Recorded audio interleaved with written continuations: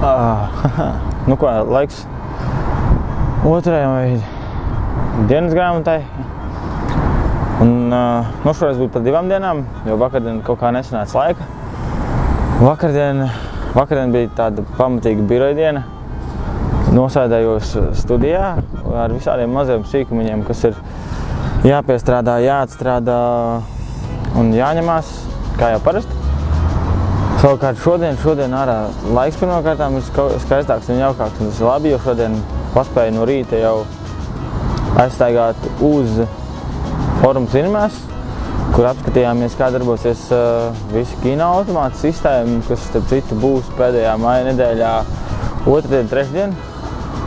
Tiem, kas nezina, kinoautomāts ir visu laiku pirmā interaktīvā kinofilma, kurā attiecīgi, kas ir interaktīvais kino, tas ir tā, kad jūs skatītāji būtībā varat izvēlēties, kas filmā norisināsies tālāk.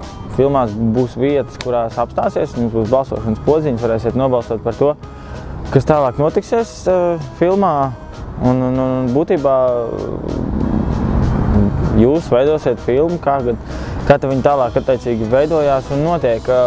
Vairāk par filmu varbūt tās nestāstīšu, paši, ja interesē, var paskatīties un painteresēties. Var mūsu mājaslapā atrast, ir trailerīts arī pieejams, ko es ielikšu arī tepatās blakus kaut kur. Otra lieta, kas ir, ir palaistas apritē riktīgi foršās afišas un arī video trailers, kur kārtējo reizi Reinis Petersons ir pacienties un ir uztaisījis visu riktīgi forši. Un man personīgi ļoti patīk, visiem īstenībā personālam patīk tas viss, kas ir uztaisīts šogad. Izskatās pirmkārtām jau absolūti lieliski, un arī man tā liekas sajiet kopā ar to Annu, tādu kā kopējo tēlu. Un, trailerīt arī gan jau, ka ielikšu kaut kur iepaustošu, iembedošu kaut kur tepatās klāt. Vai arī, turpatās www.2annas.lv var pastīties. Un, kas vēl?